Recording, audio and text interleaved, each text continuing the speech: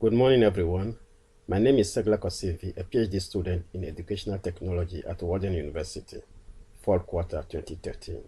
My assignment is to present to you the keynote speaker, Dr. Dede, on asynchronous versus synchronous interactions. The keynote speaker, a scholar practitioner, Dr. Chris Dede, is the Timothy Webb Professor in Learning Technologies at Harvard Graduate School of Education. His fields of scholarship include emerging technologies, policy, and leadership. His current research includes 7 grants from NSF, Qualcomm, the Gates Foundations, and the U.S. Department of Education Institute of Education Science to explore immersive simulations and transform social interactions as means of student engagement, learning, and assessment. In 2007, he was honored by Harvard University as an outstanding teacher, and in 2011, he was named a Fellow of the American Educational Research Association.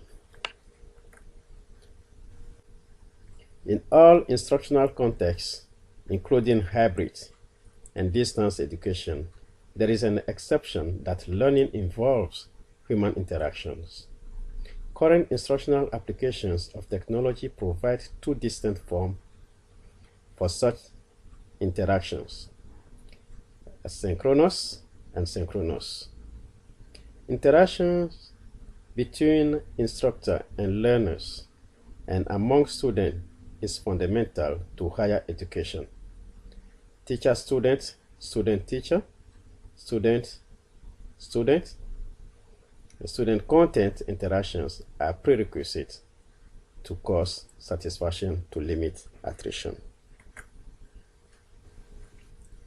Individuals trace synchronous applications of instructional technology to the closed-circuit television on university campuses in 1940s, and by the 80s, video conferencing and interactive television connected remote classroom, allowing students to ask questions and discuss concepts. Synchronous interactions occur in real time and require the simultaneous participation of student and teacher.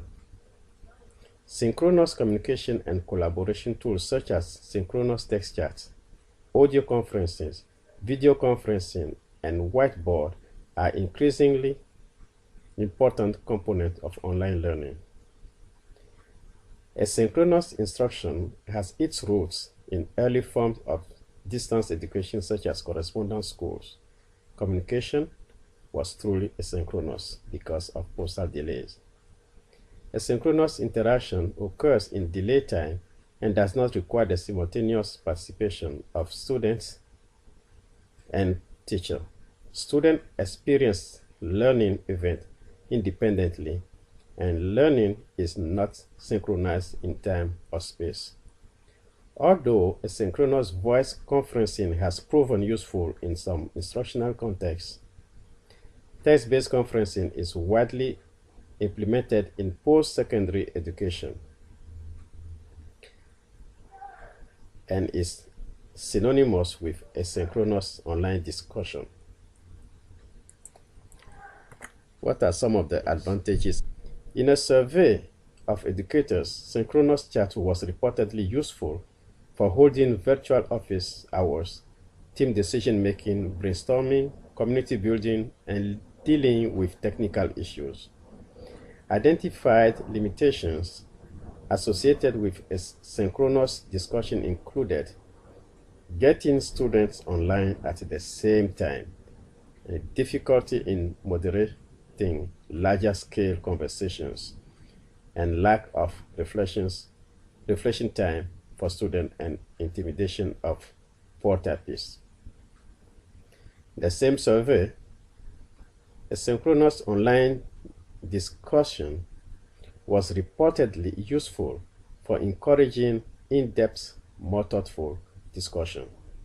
Communicating with temporarily diverse students, holding ongoing discussions where achieving is required, and allowing all students to respond to a topic.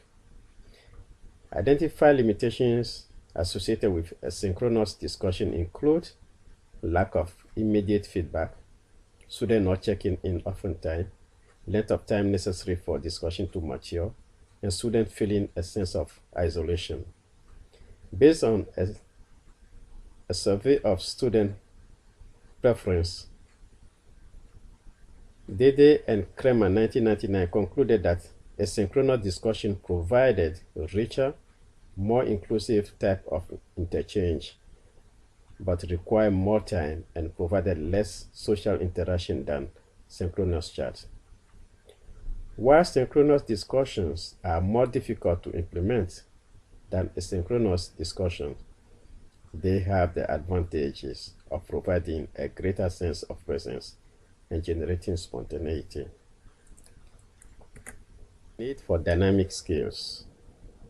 In case of the online chat agenda is already set, instructors could note students' inputs and areas of progress, as well as difficulty, which could be addressed separately upon the conclusion of the chat session. On the part of an asynchronous discussion, student-centered and self-regulated teaching, using online resources to facilitate information sharing in a network form to promote learning.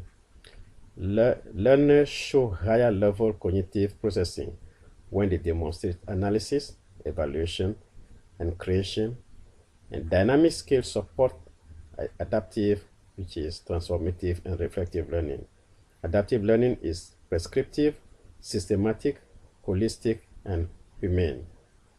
Student-instructor interaction, student-content interaction, student-student interaction, feedback from peer and structure in the community of practice, help in the constructive manner, knowledge creation.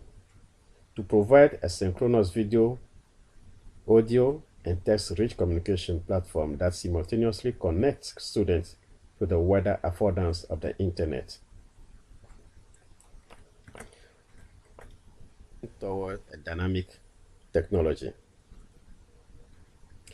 Distance education, which includes distance teaching and learning, is evolving at fast pace to include static postcards or video casts, web page, and text, and dynamic that include virtual simulations, gaming, multi-user environment, and mind tools technologies.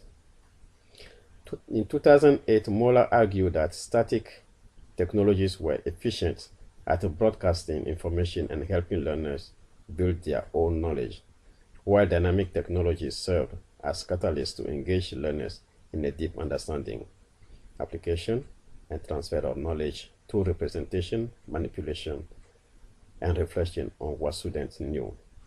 Technologies allow individuals to capture information in online learning environment that is more supportive of experimentation, divergent thinking, exploration of multiple perspectives, complex understanding, and reflection than face-to-face learning environment. Reflections.